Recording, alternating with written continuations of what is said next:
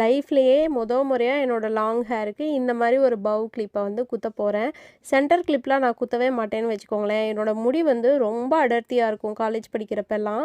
So கல்யாணத்துக்கு பிறகுமே நல்லா அடர்த்தியாக இருந்ததுனால இந்த சென்டர் கிளிப்லாம் குத்துனா முடி வந்து டேமேஜ் ஆயிரும் அப்படின்ட்டுலாம் வந்து நான் சென்டர் கிளிப் குத்த மாட்டேன். குத்தவும் வராது. முடி ரொம்ப அடர்த்தியாக இருக்கிறதுனால நமக்கு நல்லா பெரிய கிளிப்பாக போட்டால் தான் குத்த முடியும். சரி ஓகே, இது என்னோட பொண்ணுக்கு வந்து நான் கிஃப்ட் கொடுத்தது பர்த்டே அன்னைக்கு. நீங்கள் போட்டு பாருங்கள் மம்மி, உங்கள் லாங் ஹேருக்கு எப்படி இருக்குன்னு பார்க்கலாம், அதை வீடியோ எடுங்க அப்படின்னா, இந்த வீடியோ எடுக்கிறதுக்கு முன்னாடி தான் உங்களோட முடி வந்து ஃப்ரிஸ் ஆகாமல் இருக்கிற என்ன பண்ணுவீங்கன்னு ஒரு வீடியோ எடுத்து முடித்தேன். அது கையோடையே வந்து ஸ்கூல் விட்டு வந்துட்டு இந்த கிளிப்பை நீங்கள் வந்து போட்டு எனக்கு வீடியோ எடுத்து காட்டுங்க, ஷார்ட்ஸ்லேயும் போடுங்க அப்படின்னு சொன்னால், சரி நம்மளும் வந்து லைஃப்லேயே இதெல்லாம் போட்டதில்ல, யூஸ் பண்ணி பார்க்கலாம் அப்படின்ட்டு தான் போட்டு பார்த்தேன். எப்படி இருக்குது அப்படின்னு கமெண்ட் செக்ஷனில் சொல்லுங்கள்.